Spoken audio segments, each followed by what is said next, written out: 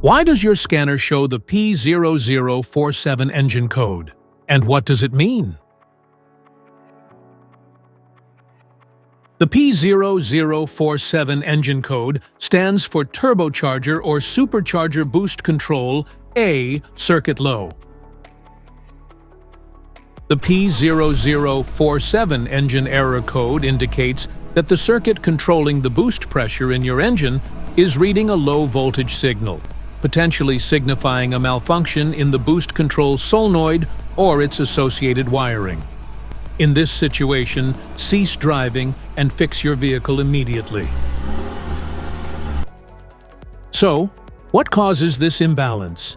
Here are the most common culprits. This error can be caused by these possible faults in your vehicle. Faulty boost control solenoid. Wiring issues. Bad ground connection. ECU issues. Low system voltage. Each DTC code corresponds to a specific issue in your vehicle. This diagnostic trouble code is a generic powertrain code, which means that it applies to OBD2-equipped vehicles that have a supercharger or turbocharger like Toyota, Hyundai, Ford, GMC, Chevrolet, Volkswagen, and Kia vehicles.